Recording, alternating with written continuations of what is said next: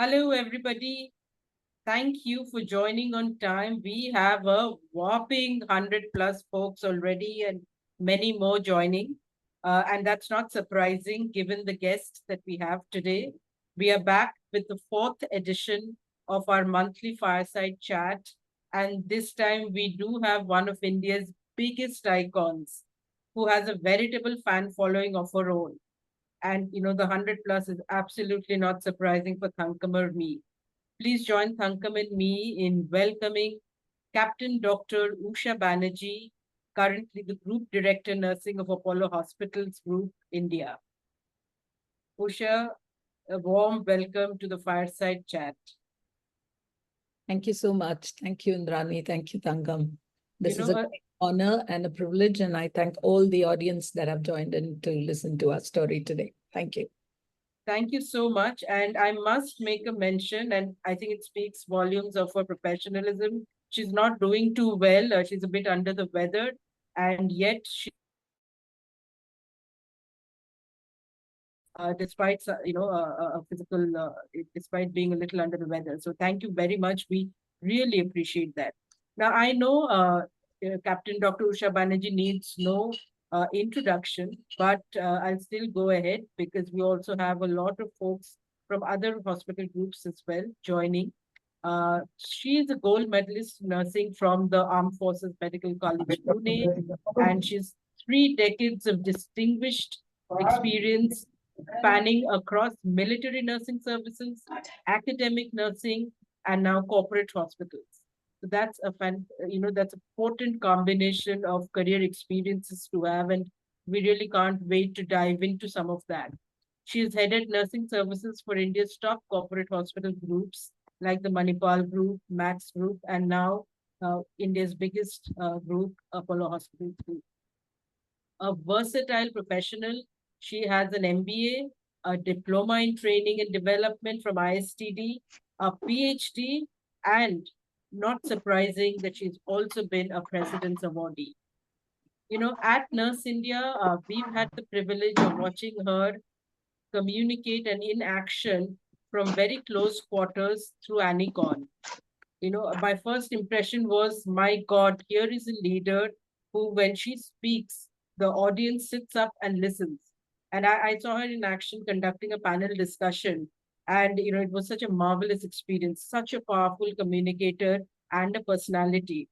And her vision is to build a nursing workforce that is key to patient and business outcomes, thus enabling them to, gain the respect that a nurse so truly deserves. Now, this resonates with all of us at Nurse India very powerfully because we also aim to elevate nursing and to make it a profession of choice in India.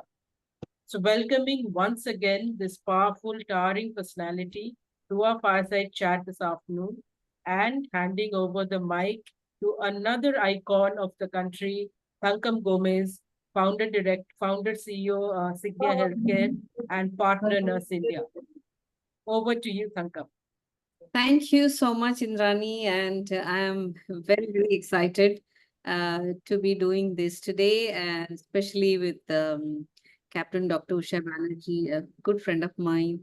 I think we met way back in 2005, and since then we had been closely associated on various platforms, various courses, and now connected through Association of Nurse Executives India because we have similar passion for the profession. So today's day is about Usha's story. So we are going to hear a little bit more about the person behind Usha.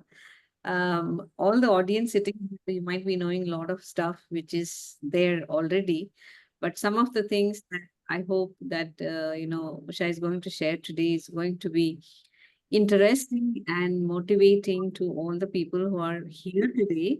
Thank you to each one of you for being here. And definitely to all those people who are going to watch this recording later, because we have, decided to can all this. And it really excites me to think that this is going to be left there for the entire fraternity to watch and learn and be inspired many, many years later, as long as the YouTube exists, it is going to be there. So thank you so much, Usha, for being here. And thanks, Indrani, for creating this platform. And each of our Fire Chat have been greatly, appreciated. And to rewind, Usha, and go back to the time when or what prompted you to become a nurse. I really would like to hear that. Okay, first of all, thank you so much, Indrani and Tangam, once again for having me over. And it's so wonderful to be seated between two powerful ladies and two powerful organizations that's bringing people together, and the amazing workforce that has joined in today, and largely women, and being a strong feminist. I really, really feel so happy to be here today. And I really don't know what you two ladies are up to. So I'm here on the opposite side. Probably there's some mischief also coming in. Looking at Tangam, I know there'll be something like that for me. Nevertheless, I think your question prompted in. I don't know if Tangam, if I've told you, but many of them know that I didn't choose nursing. Nursing chose me. Whoa. I was, and I always say that nursing chose me, and I'm destined to succeed. And that's where the universe pitched me in. As any young student, I've had the opportunity to great education. I come from a background where everybody has gone to school and has had good quality education, including my parents, my grandparents. And I come from a family full of army people. So you can understand what that bloodline and lineage would be. And while we were in education, I think it was always told to us, the best jobs around are to be a doctor, not that much for engineering at that time, but a good teacher. So these were the professions that existed. And being a good academic student, and my background, I've done well in academics all through my schooling, to my college, to my professional degrees. I wanted to be a doctor. And everybody used to call me Dr. Babu for some reason, because there are a few doctors in the family. And I'm a good biology student, and I was a good student in school, in college. And I also probably, I don't know, like today's children, we didn't have that many dreams or ambitions of what to be, what not to be. We just studied well and we wanted to get good grades. And applied for my common entrance test, and my name didn't come in the doctor's list. It came in the engineering list. So I went to the engineering college, and I'm a dropout. I'm a mechanical engineer dropout. Okay. Yes. And physics and chemistry didn't please me that much like biology. And for some reason, we didn't want to, there was no tradition of dropping 1 year and then waiting for an opportunity. There were not too many private colleges in medicine either. And one of my uncles then told me that, why don't you join the military nursing service? So my parents asked me, I said, okay, whatever you say is my wish, your command. So I never knew that probably destiny is carving so much for me. And I happened to land up in Armed Forces Medical College. It's a very competitive exam. It's not as easy as it sounds to get into the Armed Forces. I know many of them who would be listening to me might be from the forces. And I think I did well in the entrance. I probably topped the list, got into the college. And I realized, wow, I have great competition. The medical students, my own colleagues. And for some reason, I kept doing well, whether it is in my studies or in my curricular activities or anything that came to me, I excelled. And I excelled better than the rest in terms of my medical counterparts. So I believe that I was actually handpicked and handcrafted by God to lead this profession, to make good out of this profession, to pitch this profession where it should be, to contribute as much as I can, because I think one of the philosophies I grew up with is in life, you need to learn, you need to earn, and you need to return. So I know being here, I have given back so much. and I received much more in return.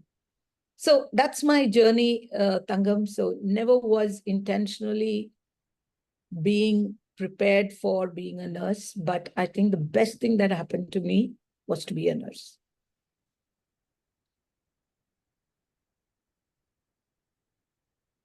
Sorry, I was muted. I was saying, wow, you were handpicked to be a nurse, and you are crafted to be a nurse because you had to do something very special in unique nursing. And I think nobody has any doubt that your journey has been an exemplary example of what you just spoke. Learn, earn, and return. That's also fantastic philosophy. And that's a good mantra to keep in mind for all of us, because all three are extremely interconnected. Yes. And we never stop learning. So from after you became nurse, you were in the army, and then you got into academics. And today's date, not many leaders are excited to come to services because they think, too much of headache. So, but you are one person who got a chance to be in academics and then you shifted to the services. So, how was all this transition, helping you? Were there any challenges? How did you overcome? There are two, three questions around that, because so many people are here who might, transfers those, domains in their life, and it might be useful for them to know that how do you, because for me, I'm born in private sector, brought up private sector, stayed there, though I have a huge interest in training and education, but never in academics, only as a partner, not there. So I'd like to pick your thoughts on that. Well, I think I owe a lot to my alma mater, the Armed Forces Medical College and College of Nursing. We had such wonderful teachers, and to train people to acclimatize to the armed forces and also to do nursing is not an easy job. They create a soldier in you. They connect you to the vision of the armed forces. They bring in discipline, devotion, dedication. So it's the very fabric and ethos of our existence. So I always say they not only gave me good clinical acumen, they gave me the academic rigor, they gave me an opportunity to hone my talents, to create new talents, a turf where I can learn leadership at a very early stage. So I truly say that I am who I am because of my education in the armed forces, and my teachers and my alma mater has been the architect of my life. And once I grew up in the armed forces, and I had my teachers always telling me that, and the best moment of my life is one of my favorite teacher told me just 2 days ago that if you were in the armed forces, you would have probably reached to the highest position. And she also said, you're still doing much more and better outside. So that's the faith and belief my teachers had in me as a very young student. And I also had to hold the responsibility of being a vice president of the college and much, much more. And then I had this pressure from my family that, you are a good student, so your job is to give back. And that's always there at the back of my mind. I stepped out not because of choice from the armed forces. I came out only because I had certain struggles with my own health, and my child was born a little prematurely. There was no support system. I lost my father at that time. There's so much that happened that I couldn't handle my duties in the armed forces, and we didn't have the comfort of staying away from work, coming back when we feel like. So, it doesn't happen that way. So I thought the best option was to step out. So I had no idea what am I going to do. And I said, I always have this divine hand over me, a very blessed hand that takes me where I belong. And that faith still remains. And I know that's how my life is going to be. And when I came out, I thought, I'm a good teacher. I'm a good nurse. I can do anything. And I got an opportunity to teach, and I felt that's great, but that's a lot of comfortable life. You enjoy your being around students, helping them evolve. You love teaching, and life continues like that as a good principal. And then I met this wonderful lady called Sri Devi, who was in Manipal Hospital. And I think, Tangam, you also know her. So one day I just met her wanting to know if I could shift into the school and college of nursing at Manipal. And she said, why don't you join the hospital as a hospital administrator? So honestly, I didn't think much. I said, okay, but I had absolutely no doubts in me that, I may not fit in well, and there might be elder people who may not adjust to my kind of leadership. Nothing really was thought through. I just got the opportunity. I sat there and I had such wonderful people. And I must tell you, I just loved working with Colonel Daphne. She was 20 years senior to me from the armed forces. She was working along with me, and we had such wonderful relationships. And Ms. Sri Devi and the rest of them had already left a good foundation at Manipal. And I think that's where I felt that there is the ability to do much more. And we set the quality journey and stuff like that. And I still feel that, people who have higher degrees should look at hospital administration, because that's where you work closely with your patients. That's where you can continue to teach. You can continue to do whatever you wish to. You're part of the larger ecosystem.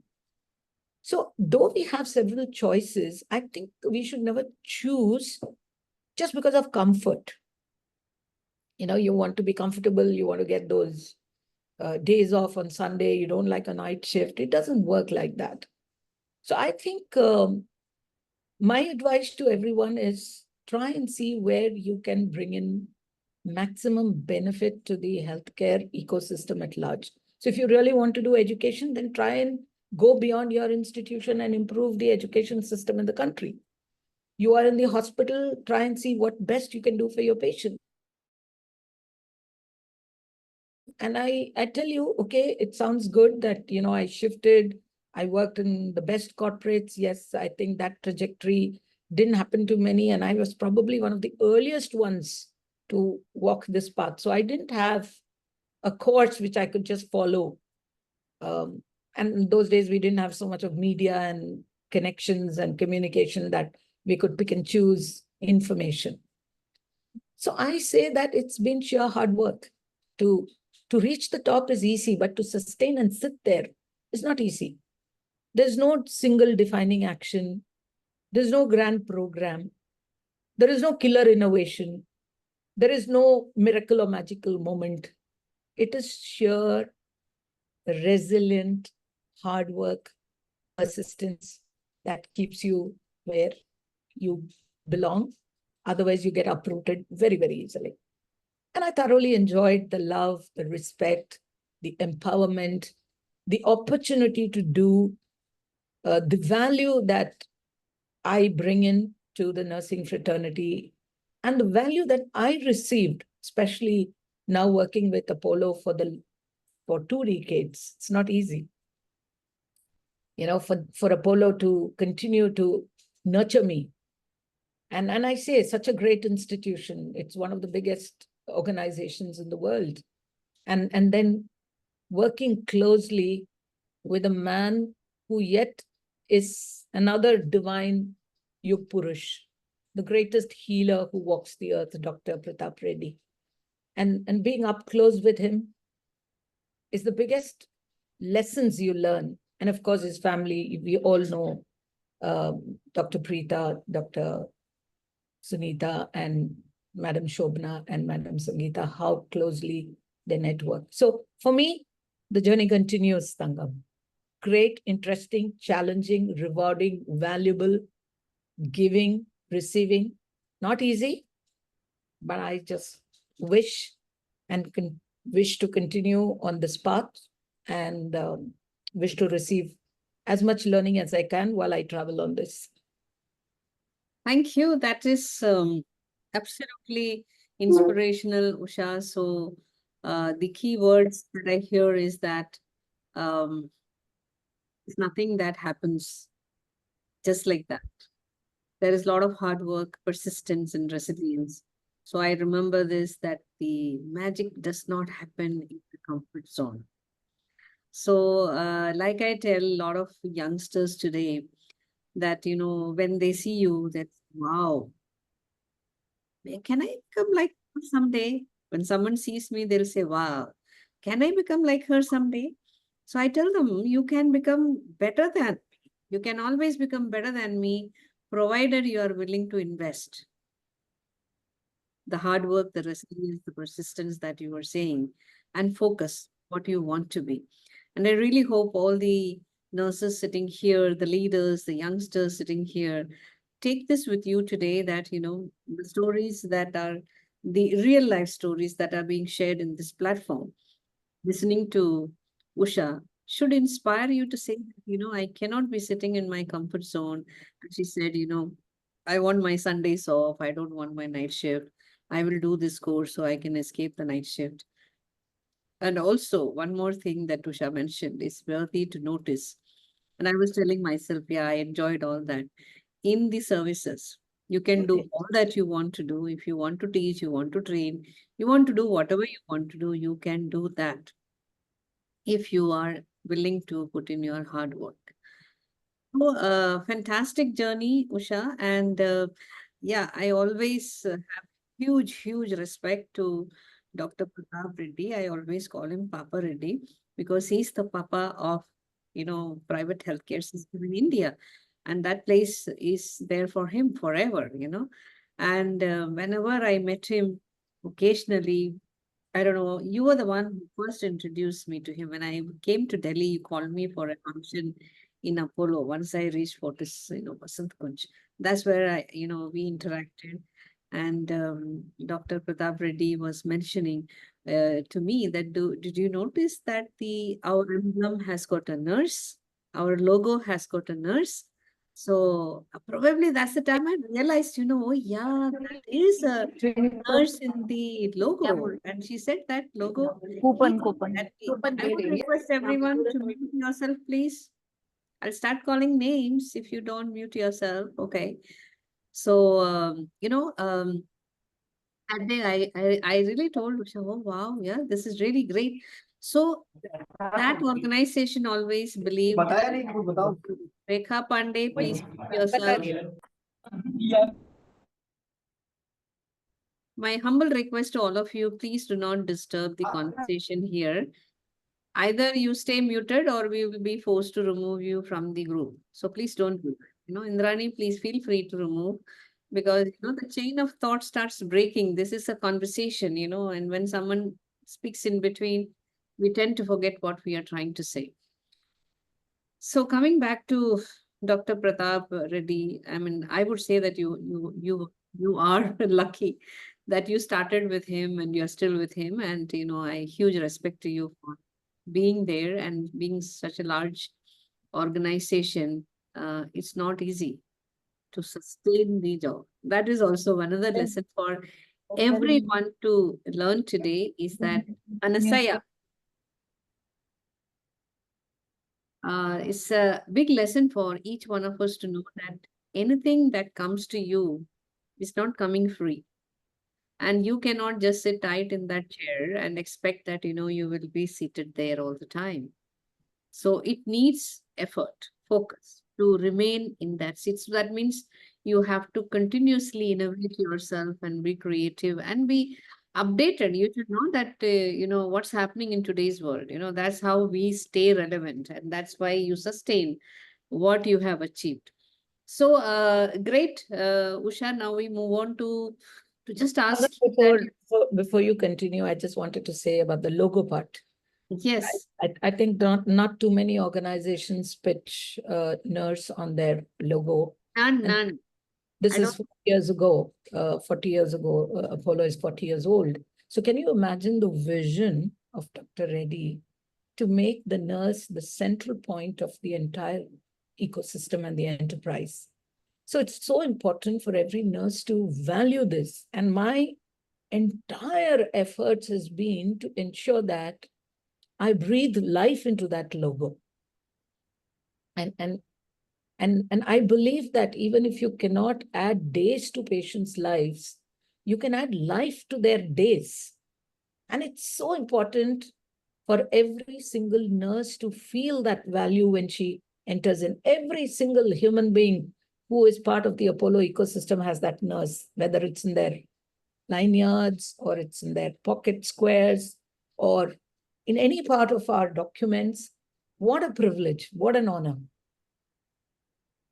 I definitely, salute that thought that came 14 years ago.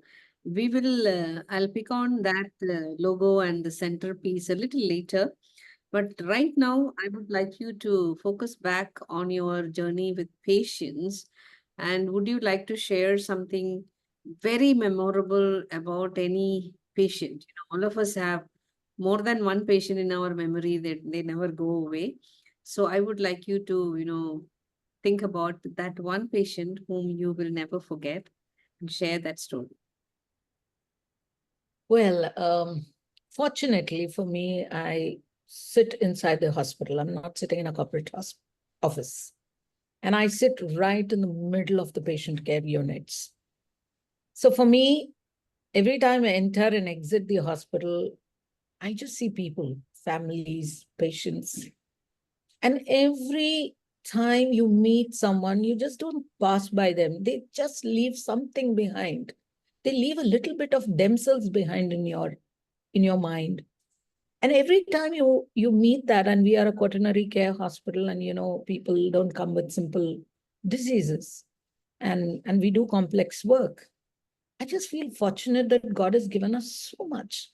And God has given us so much to give back to these patients, at least make their lives comfortable. And that's the ethos of nursing. So if I tell you there are many, many stories, and I think we can talk for 2 days or 3 days on every single patient's interactions. But let me tell you two incidences. One, when I was in the army, I remember a young soldier being brought in, and he was in deep coma, and he was in our ICU for at least a month and a half. And every time we prayed for him, and that time we were not moms, we were young people. Even then, we just felt that he's your son. And, you would pray for him as you enter into the hospital or before you leave your quarters. And every time you turn him, toss him, and those days we used to do the venipuncture. We used to do it ourselves. And there's so much intervention we used to do on this patient. And I knew there's something in him that is constantly fighting. And my teachers always said, when you're by a patient's side, you should be very careful on what you talk, because he might be in deep coma, but he listens, because that's the last sense that leaves a human being. And so I would take his name and I would chat with him and I would talk with him, and I would say how good he looks today, how smart he looks in uniform, how his family is waiting for him, and how he's fighting, he's a soldier, and all that, what we normally do, and many of us do, many of them don't do. So, yeah. And many months later, I happened to transit into another ward, and I just see a patient sit upright and salute you because you're in the services. And he says, "Ma'am, I know you. I know you." And I said, "But I have never met you." And then I realized he's the same patient who I nursed when he was in the ICU. And he told me exactly the same things which I spoke. I can never see, I have a goosebump when I say that. It's a great experience. It never left me. The second most touching and very, very memorable moment is, I have tears in my eyes as I say this, a 14-year-old child who fell off the balcony and went brain dead, gave away his organs, and we were bidding farewell to him as a hospital. And I still cannot take away that mother, the entire family, and that child from my memory. So there are so many such instances where they just remain in your heart, and you just wish that God heals them. Yeah. Yep. Yeah. You made me emotional. Yes. Usha, is that Yeah. Yes, yes. Uh, the, Yeah. the I had an opportunity probably when I was abroad to switch off the ventilator of a branded patient after giving harvest. And I just kind of remembered that, okay. But the first story is definitely something I would like to enlighten the people who are sitting here. Ladies and gentlemen of the audience, someone told, I was telling someone sorry about when talking about a patient when I was in, Fortis, I kind of I said, I'm so sorry, I'm being emotional. And the CEO told me, that's your strength. Because despite being in this profession for so many years, you are emotionally, connected to your patient. That means you will not do anything to harm them. You will always think of the best. And ladies and gentlemen, I'm not asking you to cry for your patient. No, not that. It is just our passion and our weakness, whatever you call it, doesn't matter. What I would like to request each one of you is that when you actually do such things, like talk to your patients in the ICU who are unconscious. I'm a critical care nurse.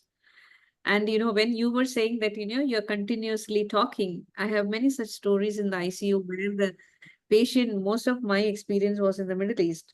I also remember this young boy waking up and recognizing the nurse who was talking to him all the time because he was the assigned nurse. His name was Benjamin. We all were very happy that he became conscious, okay? Then the moment Benjamin walked in and he said, Wallahi, the moment he opened his mouth, he left all of us and he said, you come, you know? And you said, then he first kissed him and he said, that you are the one who kept me alive. In Arabic, it's so difficult for me to even explain what you are going to experience by being the nurse for your patient. Whether it is in ICU, whether patient is on ventilator, whether he is unconscious, whether he is conscious, if we just practice the best to our, trainings, starting from the basics, not thinking whether it is my job, somebody else's job, and this is really a big lesson to all the critical care nurses. And it matters a lot for the patients to get well, to put hope in them so that they trust us and they hear the right things while they are getting better. Actually telling the family, please, tell good things, tell that we are waiting for you at home. Your wife is waiting. This is happening. Today is the birthday. We want you to come. We'll cut one more cake. They think they cannot speak, they keep quiet at the bedside. I'm sorry, I got really carried away. So I can also talk about patients. So thank you, Usha, for sharing those two wonderful and very, very influential, stories. And I really hope all the youngsters, after 20 years, 30 years, 40 years, when you are going to sit like this and talk to someone, have your personal stories to talk about, You must create those memories. And there is something that Usha mentioned. God's hand is over you. And I promise you today, to all of you, our lives are testimonial. My life is a testimonial that God always is there beside you, despite the problems and the troubles that you may face when you are in the course of doing whatever job you are doing, whether it is academics or service. To be the best, it takes little pain, and the pain is all worth. So that is what I would like to emphasize, picking on Usha's story. So quickly, Usha, before we go, I'm also looking at the time. We should be able to do some fun things at the end, I guess, So now I would like to ask you that, about a little bit about leadership. India is a large country, and we have many, many leaders in the country. But I do come across, comments about nurse leaders in many setups where they sit in top meetings, board meetings or management meetings, where they don't speak. do you think that it's very important that they need to assert and they need to speak? This is slightly different. And you have a lot of leaders in your own organization. Isn't it time that nurse leaders should assert and speak up when they get an opportunity? If they don't speak up, they may not be invited later. I mean, this is just a thought. So I just wanted to pick on that experience. Your example is definitely different and outstanding, but I would like you to opine on the general, feeling for all the people who are aspiring to be leaders. And tomorrow, they are the ones who are going to lead the profession. Someday, we all are going to hang our boots, right? So somebody else have to step in and to hold the mantle. So what are your thoughts around that? I think you've touched a chord which I feel very passionate about. I keep telling people that communication is the most important thing if you really want to climb the ladder. And you don't see many people who don't communicate ever coming on to the top leadership. And if at all it happens, might happen for default and might happen for very little time. But if you really want to be at the top, I think you really need to spend enough time and effort to coach yourself in communication. And in communication, I think what's most important is the art of speaking. So it's so important for you to be firm yet polite. You need to have the art of saying no. You need to be friendly but firm. And you should be able to have the ability to speak to a diverse kind of population. And you cannot be emotional at that time, when you speak. You have to be assertive. You cannot be aggressive. You need to drive home a point. And I always say this, silence is fatal. You might get an opportunity to get into the boardroom and just be a mute spectator or a witness and then go back. Nobody regards you. And I always tell people my example that I am here where I am only because probably I'm recognized as a person who speaks. Whether it's in a meeting, I definitely have a point to share. I prepare for those meetings. I bring in value in terms of some net search. And there's so much you can do today, through your AI assistants or through your chat boxes. Get prepared when you walk into meetings and be visible, be spotted. And today, fortunately, our accreditation system has propelled the nursing workforce to be a part of every committee in the hospital. So that's a great opportunity. We need to encash upon it. So for me, I think everything that I do surrounds on how I speak in every single forum, every single meeting. If you walk into a meeting and you have not contributed, then what are you there for? Right? So youngsters today must understand silence is fatal.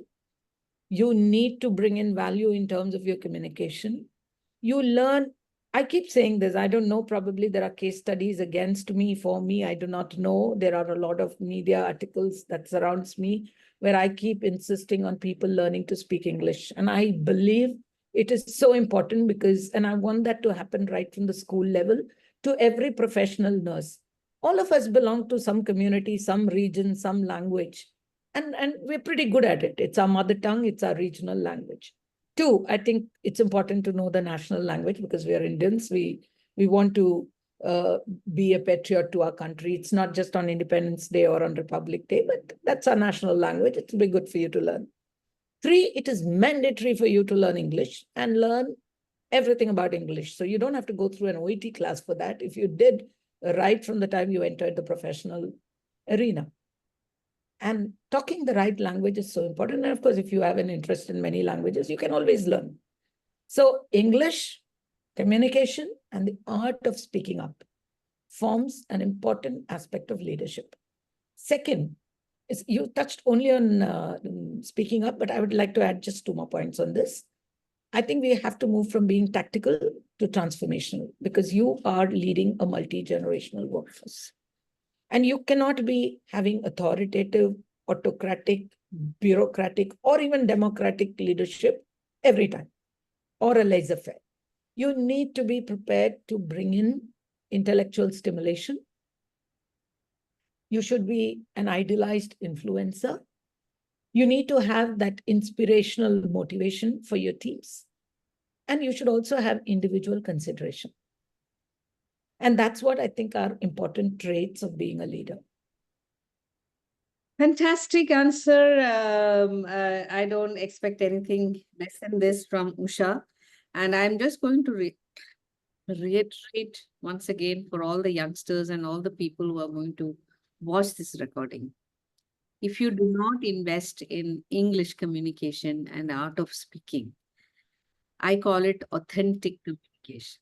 It is very important to have that power of authentic communication and the confidence to deliver what you want to deliver.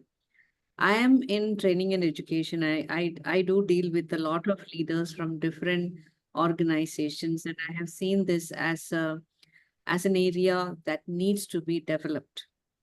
And if all the youngsters sitting here can invest in your English speaking skills, you will start speaking up from the bedside, you will start having dialogues with the doctors, asking questions, asking clarifications. And when you even speak to the attendants in English language, you will see that you have a different respect that you get. It doesn't matter what it is. I don't think that anybody can debate. I'm totally with you. I know I have told people that, when I was the nursing head, someone told, that's my mother tongue. I said, then if you want to use it, go back to your state. Practice your mother tongue. I have no problem. Unfortunately, you are in Delhi. So here I need to hear Hindi and English. It is mandatory, right? So understand it is nothing suboptimal or derogative to learn English. Come on, ladies and gentlemen, in which era we are sitting? English is the universal language. And you look around all the leaders, you can see for yourself. What are their communication skills? How do they speak? How do they articulate? How do they make an argument effective? How do they become visible? You don't need to go very far. Just look around. I'm sure that you will find your answer there. So if you don't invest today, when somebody bypasses you for your promotion just because your communication skill is not good, you may end up asking, I spent so many years, I'm so skillful, everybody likes me. Then I will say, I'm so sorry, you failed in that communication compartment. I cannot send you for a meeting because you cannot talk in English. I'm so sorry. And nobody is going to come and put that in us. So please, from both of us. One more point there. Yeah, You said invest. respect. It brings in a lot of respect. And I totally agree with you.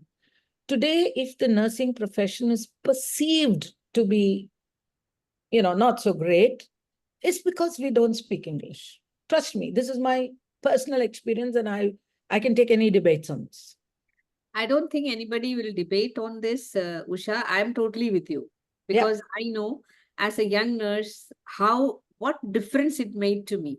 Even as a student, when I was speaking to a doctor on the phone, informing about a patient, second year nursing student, he was a new doctor. He actually came down and he said, who called me just now? So I said, me? Any issues? He said, no, I just wanted to see who's speaking good English. I said, that's happening in Delhi. Yeah? So please believe me, both of us are actually requesting all of you invest. Tell me, you and me belong to Kerala. I speak reasonably good Malayalam. I don't think you know that I speak Malayalam. You've never heard me, neither have I heard you. So it's not that, we want to be projected as English-speaking community. It is a professional responsibility. Exactly. I think I really hope, I'm so happy that this particular point came up, because this is actually a pain area whenever I do trainings, when I do training, some people ask, ma'am, is the training going to be in Hindi or, I said, no, I'm so sorry. It is going to be in English because I have participants from across India. But nursing is taught in English. Nursing is taught in English. Yeah. So nursing is taught in English, but the problem is we all speak other language all the time. And no language will become easy on your tongue unless we practice. master it. You may know, but you will end up translating. And a lot of people sitting here also might be trying to translate what we are trying to. Now, if we ask any one of you to say that, what do you think? Then there will be utter silence for a few seconds because they're thinking, how now this is what I think. Now, by the time I want to tell something, we may move on to another topic. And this is what happened with many doctors when I was in Fortis. They will say, blank face. Why the blank face? Because they are trying to translate their answer, which is in a local language. And when they are trying to translate, their focus is not on the person who is talking. So the doctors will come and tell, why do they have this blank face? Then I realized the blank face is because they are trying to translate what the doctor said, give an answer in local language and translate that in English. And then by the time doctor has made his decision and he's moved on. These are real life experiences, my dear friends. Please start investing. When you are 17 years, when you are in the school, college, you decided to be a nurse, tell your friends also. This is one thing that if you don't invest, your progress in the profession will be stunted. It will stop somewhere. Like Usha said, by chance you may get somewhere, but then you may not stay there for too long. Yes, both of us can talk for long and long. Now Indrani is looking at me multiple times and saying, are you going to give me some chance to ask at least one or two questions to Usha madam? So I'm going to stay quiet and then Indrani, please call me by my name, Indrani. No, Yes. no, thank you, thank you. Indrani, please go ahead. It's been your a turn lovely now. conversation so far. Just to add a point, the universal truth always holds good today that you can just read English newspapers and watch English news on the TV, and or watch English movies, and you'll pick up reasonably good English. But today you can further, there's just so many apps that are there. You don't need a teacher also. You don't need to pay anything. You can just go on to Duolingo, and I'm just sharing this for all of the young students or young nurses out there who would like to become proficient in English. You can do it very easily these days. But reading newspapers, TV, and Duolingo or any YouTube app, it's not difficult. So, I'm just so glad you all brought this up so authentically, without bothering to be politically correct or incorrect, because this is the hard truth. English gives you confidence. English gives you a lot of, good power to make a lot of good changes. Great, great. So, I've been an HR professional all my life, and one of the things that I've noticed in these monthly business meetings and quarterly business meetings is typically always a perceived debate or a perceived dichotomy between wanting to invest in nursing excellence and quality and a perennial manpower shortage or focus on EBITDA. And I have seen both arguments, both one where they are not dichotomous. You can sort both problems simultaneously, and one where they are dichotomous, and therefore it's a 0-1 game where if I do this, I can't do that. If I have to invest in nursing quality, then I can't mind the better priorities. Now, I'm sure, and Apollo is one of the largest groups, consistently maintaining quality across all of its spread out units. How do you do that? Because it's also a listed group, so obviously the financial focus will always be there. But how do you balance? Do you have any tips for our audience on balancing these two often competing, priorities? I think the very mission, philosophy, and values that come down from our chairman and our leadership is to ensure that every individual has access to good quality healthcare. And so that's priority, right? Though we are a listed company and profits matter, and you need to plow back the profits into the organization, and there are shareholder responsibilities and so much more. But I think I've never heard from the top leadership anytime talk to me about, we need to focus more on money than quality. Otherwise, we wouldn't have been the first JCI hospital in the country. We've invested so much into accreditations, quality, our reach, and the whole CSR program and the humanitarian philanthropy that we do. And I think I've heard many times our top leadership says that if we care for every single patient who walks through your door, the business will automatically come. And that's come right from the top. Nevertheless, I think it's a very, very important for every single nurse to know that today in our healthcare ecosystem in the country, many people have out-of-pocket expenditure on health. And it could probably impoverish families, to get good healthcare. And I think nurses have a great role to play in the billing of every single patient. Whether it is ensuring that you don't have wrong bills for the patient. Many times we sit down and see that, some tests got included, something where you could have used a small amount got a larger amount. I think that sensitivity is very, very important. And nurses should look for opportunities to contribute towards cutting down on or reducing waste and enhancing. There is a war on wastage. There's a lot of wastage that we can prevent, both for the patient and for the enterprise.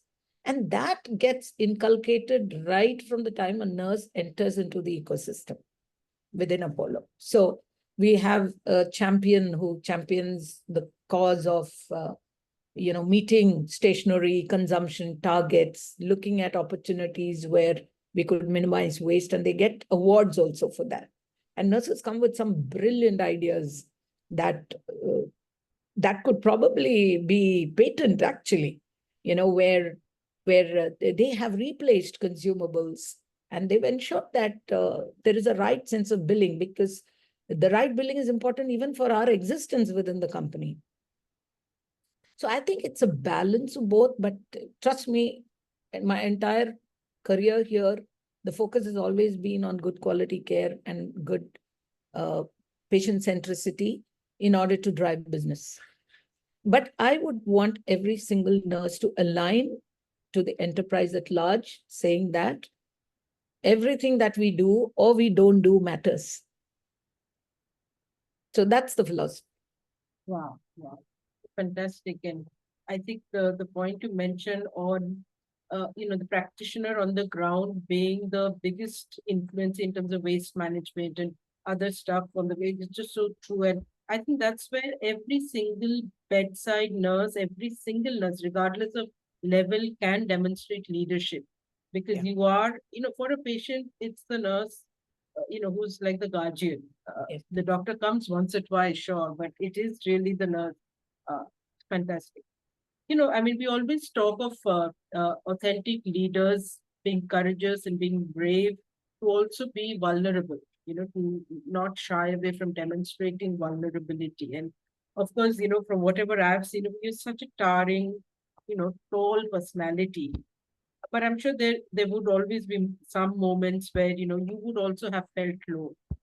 Is there a situation or any time that you recall where, you felt it was a tough situation, or maybe it was not a successful moment for you, and we are all used to being triggered by successes, but when something didn't go your way, and how was it, how did you deal in that moment of vulnerability? I think being human is important, especially being a leader and you're surrounded by challenges and situations. And I always believe you don't win every war. But I also believe that you can choose certain battles which you win. So that's quite ingrained in me. And largely, I think my job is to be very, very persistent. I may not achieve success now, but I don't let go. I do feel vulnerable. I do feel rejected, dejected. I go through all those emotions, but I don't pass it on to my team, because that's where I sit here. That's what I'm meant for. And I have this hardcore obsession that I'm very, very optimistic. I know I will continuously knock. Somebody will open the door someday. So that is important. Number two, I think accepting failure in some moments is equally important. And learning from that failure is much more important. Yes, I've had situations. COVID is a big, big example when we had to turn away people. Some of them couldn't find a bed. Some of them died in front of you for want of oxygen, for want of all that. Those are moments which will never go away from our life. You felt low because you couldn't save somebody's life, though everybody tried their best. So, and then there were stories around you which have a bigger influence on you as a human. But then you rise from that like a phoenix because everyone looks up at you. So you can't let your guard down, especially in front of people. So you learn to be resilient. You practice resilience to bounce back. Wow. Bounce back, I think, is the operative word. For whatever comes your way, you bounce back. Fantastic, fantastic. I think we have just about time for one final question, and then I'm going, and I want to hand it over to Thankam for that, because I know Thankam must be having something up her sleeve after that. She's been Thankam. smiling for a bit. She's been smiling for a bit, yes. Thankam, over to you. She's also looking at the watch.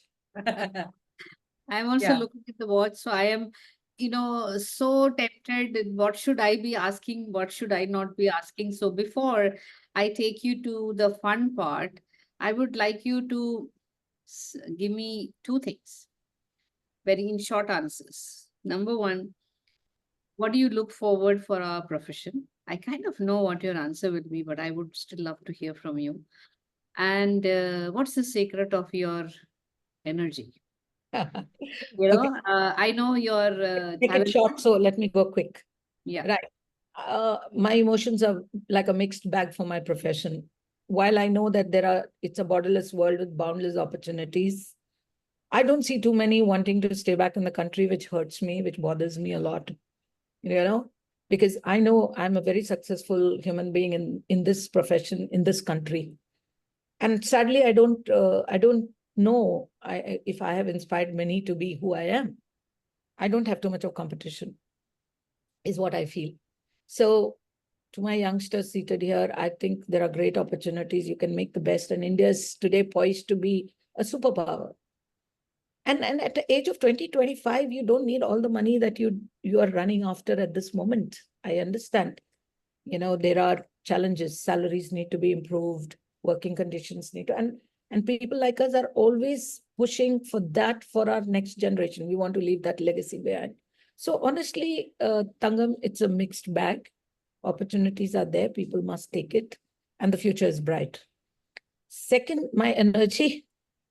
Well, I see there's so much of inspiration I get from so many people around me, especially women. They deal with a lot of domestic work, come to work, they're still high on energy, and they still want to continue. Number two, I think I belong to a family of army people. So my mother was working, all my women in our families were working. My mother is 77 and she has so much more energy. I get tired much earlier than her. So how can you stop when you have responsibilities? How can you stop when you are just halfway through your journey? There's so much more to do.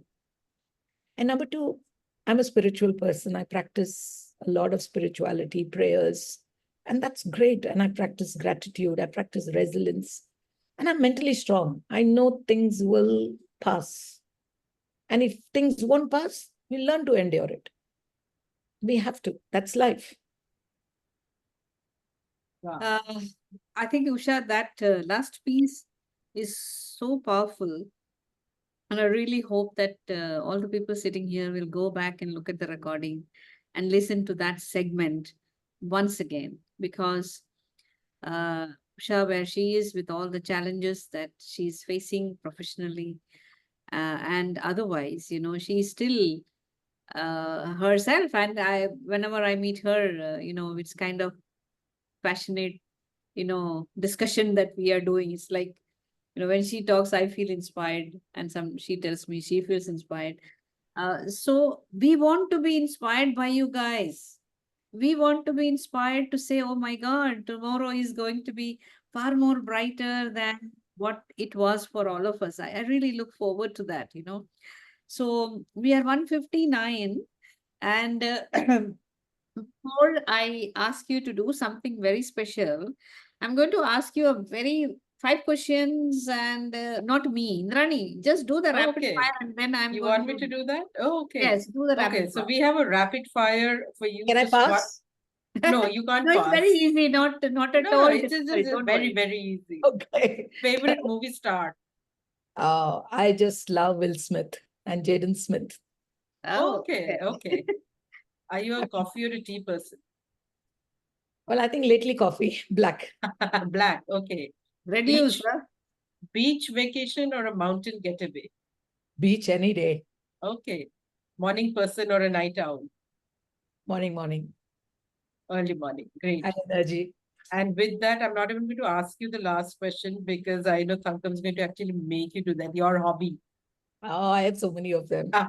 So I'm going to stop there, and I'm going to, you can tell later, because I'm looking at the time.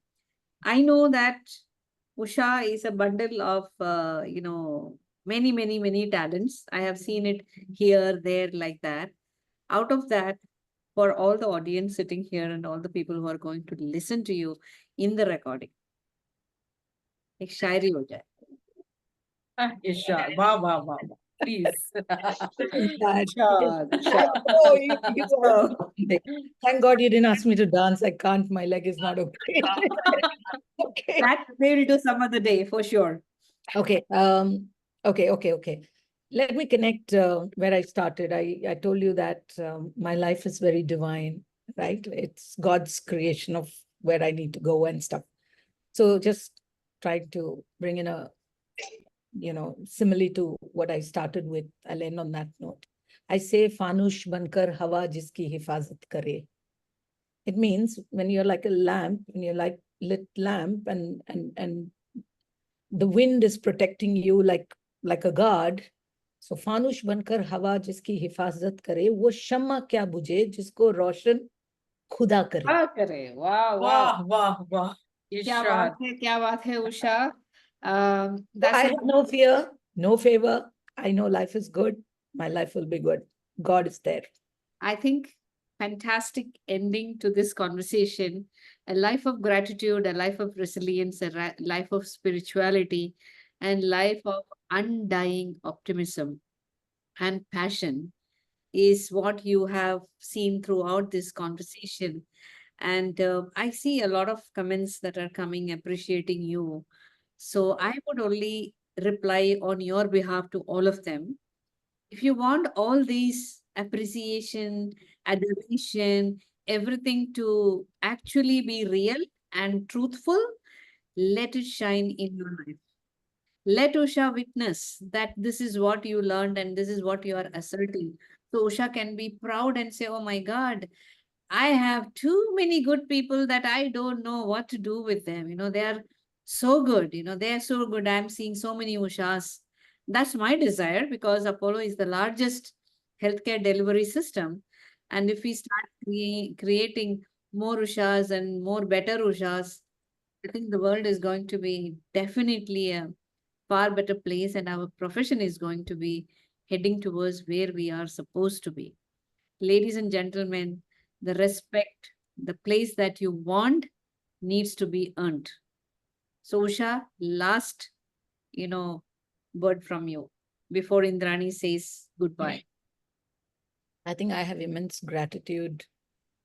That's all I have. I know that God has given me much more than what I needed. May not have given me all that I wanted, but I got much more than what I needed. And I cannot end this without saying a thank you to people who have been part of my life. And all of you, Tangam, you're there for a cause. And this Annie, whom I enjoy being with. And of course, Ms. Devi, who set me on, she just got my foot into the door, not knowing where I'm going. And lovely colleagues and stuff like that. But I must thank my entire Apollo leadership and also the nursing heads of Apollo. Right. It's they who make me succeed. So I owe it to them also. And I would love to see people succeed much more than who I am. And that is my dream. And I mean it. And I know there are people who sit here who know that I mean it. I don't just say words. So to this young population that's sitting here, I think Tangam said it on my behalf. We would love to see you, take on the leadership mantle and give back to this lovely country that is going to celebrate its 100 years in just a few more years. And for me, I think I'm a soldier. I'm married to a Air Force officer who's come out with honor and honesty. I have stayed back in this country, and I feel so proud to see in my lifetime the progress of healthcare. And I'm fortunate that God gave me the opportunity to be here. So you have immense opportunities.